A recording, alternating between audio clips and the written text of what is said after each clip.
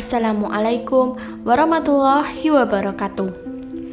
Sahabat At-Taqwa yang dirahmati Allah, bulan Ramadan adalah bulan penuh berkah. Mengejar amalan sebanyak mungkin adalah keharusan bagi setiap muslim karena tidak akan ada waktu yang sebaik bulan Ramadan dalam mengumpulkan pahala. Namun seringkali amalan yang telah kita lakukan justru menjadi sia-sia dikarenakan kita dengan tidak sadar melakukan dosa-dosa atau kesalahan yang merusak amalan ibadah kita. Maka dari itu kita harus berhati-hati dalam beraktivitas agar tidak merusak amalan kita. Jangan sampai kita membuat dosa atau kesalahan sekecil apapun yang bisa menyebabkan amal ibadah kita menjadi sia-sia. Berikut ini adalah beberapa perusak amal di bulan Ramadan yang perlu diwaspadai. Namun sebelum kita lebih jauh membahas video kali ini, kami ingatkan untuk Anda yang belum subscribe, silahkan subscribe dulu dan nyalakan lonceng notifikasinya, agar sahabat tidak ketinggalan video selanjutnya dari kami. Yang pertama, beramal tanpa ilmu. Ibnu Qayyim rahimahullah berkata, orang yang beramal tanpa ilmu bagai orang yang berjalan tanpa ada penuntun. Sudah dimaklumi bahwa orang yang rusak karena berjalan tanpa penuntun tadi akan mendapatkan kesulitan dan sulit bisa selamat. Taruhlah ia bisa selamat, namun itu jarang. Menurut orang yang berakal, ia tetap saja tidak dipuji bahkan dapat celaan. Yang kedua, berdusta. Nabi Shallallahu Alaihi Wasallam bersabda, betapa banyak orang yang berpuasa namun dia tidak mendapatkan dari puasanya tersebut kecuali rasa lapar dan dahaga saja. Hadis riwayat Ahmad. Dari Abu Hurairah radhiyallahu anhu, Rasulullah shallallahu alaihi wasallam bersabda, barang siapa yang tidak meninggalkan perkataan dusta malah mengamalkannya, maka Allah tidak butuh dari rasa lapar dan haus yang dia tahan.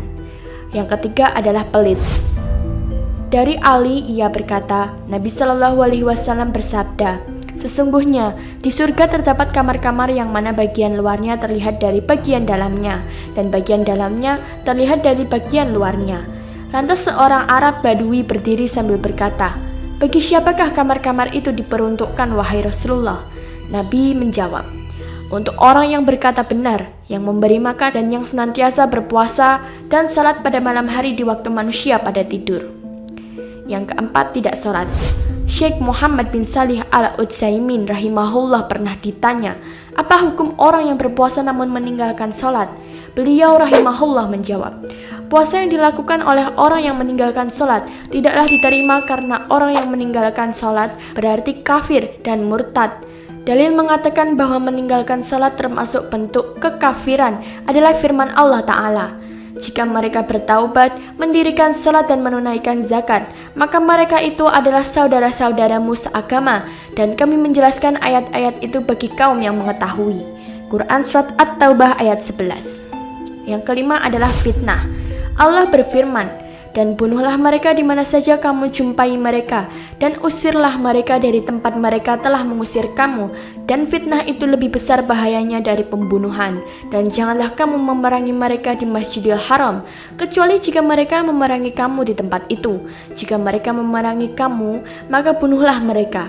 Demikianlah balasan bagi orang-orang kafir. Quran Surat Al-Baqarah ayat 191. Yang keenam, sholat terburu-buru. Nabi Shallallahu Alaihi Wasallam bersabda, sebaik-baik sholat adalah yang lama berdirinya.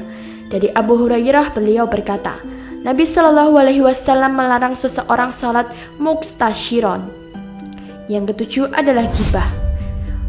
Dari Abu Hurairah radhiyallahu anhu juga mengatakan bahwasannya Rasulullah bersabda, tahukah kalian apa itu ghibah? Lalu sahabat berkata, Allah dan Rasulnya yang lebih tahu.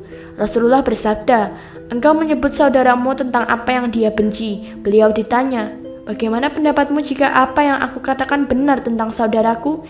Rasulullah bersabda, jika engkau menyebutkan tentang kebenaran saudaramu, maka sungguh engkau telah gibah tentang saudaramu. Dan jika yang engkau katakan yang sebaliknya, maka engkau telah menyebutkan kedustaan tentang saudaramu. Hadis riwayat Muslim. Yang kedelapan adalah zalim. Allah berfirman, dan Allah tidak menyukai orang zalim. Quran Surat Ali Imran ayat 140. Tidak ada seorang pun teman setia bagi orang yang zalim, dan tidak ada baginya seorang penolong yang diterima pertolongannya. Quran Surat Ghafir ayat 18. Dan yang terakhir adalah marah. Dari Abu Hurairah radhiyallahu anhu bahwa ada seorang laki-laki berkata kepada Nabi, berilah aku wasiat.